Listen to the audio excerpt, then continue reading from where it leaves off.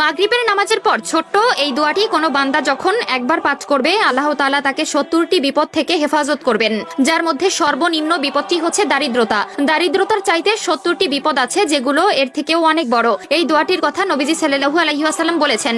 তিনি বলেন, কোনো বান্দা যখন বিপদের মধ্যে পড়বে, মুসনাদে আহমদের বর্ণনায় এসেছে, কোনো বান্দা যখন বিপদের মধ্যে পড়বে তখন যদি বিপদে পড়ার পর সে এই দোয়াটি পড়বে, পড়ার সাথে সাথে আল্লাহ তাআলা তার প্রতি ধেয়ে আসা ৭০টি বিপদ থেকে তাকে রক্ষা করবে। কাজেই ভিডিওটি মোটেই এড়িয়ে যাবেন না। আমাদের মধ্যে এমন অনেকে আছে যাদের বিপদ পিছু ছাড়ে না, সব সময় দুর্ঘটনা, অনটন এবং দারিদ্রতা লেগেই থাকে। কোনো কিছুতেই যেন তাদের সংসারে উন্নতি আসে না। কিন্তু ছোট্ট এই একটি দোয়ার মাধ্যমে সেই ঘরটি হয়ে উঠবে একটি ফুল বাগিচার মতো সুন্দর রূপে। প্রিয় দর্শক, অবশ্যই ভিডিওটি শেয়ার করে দিবেন সকল মুসলিম ভাই বোনদের মধ্যে, যারা এই ছোট্ট আমলটি করে নিজেদের জীবনকে আরো সুন্দরময় করে তুলতে পারবে। হতে পারে আপনার একটি মাত্র শেয়ারে যদি কেউ উক্ত আমলটি শেখে এবং নিজ জীবনে কায়েম করে, তবে শুধু সে নয়, তার উপকার পাবেন আপনিও।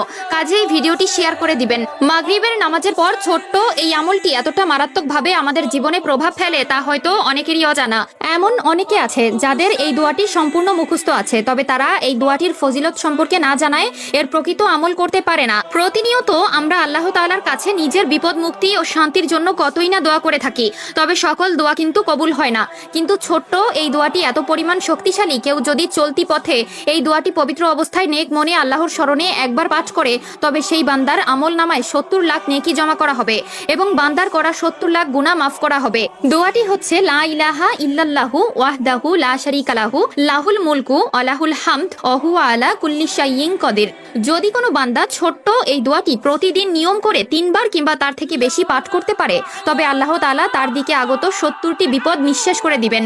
উক্ত দোয়াটিতে মহান রাব্বুল আলামিনের প্রশংসা করা হয়েছে, যে দোয়াটি বিভিন্ন হাদিসের মধ্যে উল্লেখিত আছে, যেখানে এটি পড়ার মাধ্যমে অনেক সওয়াব পাওয়া যায়, গুনাহ মাফ হয়। তুমি যদি জান্নাত লাভ করতে চাও ও শয়তানের অনিষ্ট থেকে নিজের নিরাপত্তা লাভ করতে চাও, তাহলে এই দোয়াটি পাঠ করো। এছাড়াও প্রিয় নবী সাল্লাল্লাহু আলাইহি ওয়াসাল্লাম বলেছেন, যে ব্যক্তি সকালে 10 বার এবং সন্ধ্যায় 10 বার এই দোয়াটি পাঠ করবে, সেই ব্যক্তি কিয়ামতের দিন সর্বশ্রেষ্ঠ আলেমকারীদের অন্তর্ভুক্ত হবে। তিরমিজি শরীফ 3471।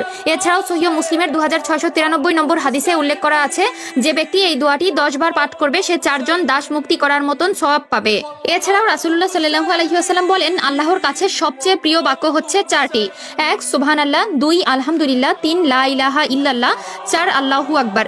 কাজেই উক্ত দোয়াটি যাদের আগে থেকেই মুখস্থ ছিল তারা অবশ্যই একবার আলহামদুলিল্লাহ কমেন্ট করবেন। আল্লাহ তাআলা সকলকে নেক বুদ্ধি ও উক্ত দোয়াটি প্রতিনিয়ত পাঠ করার তৌফিক দান করুক, আমিন।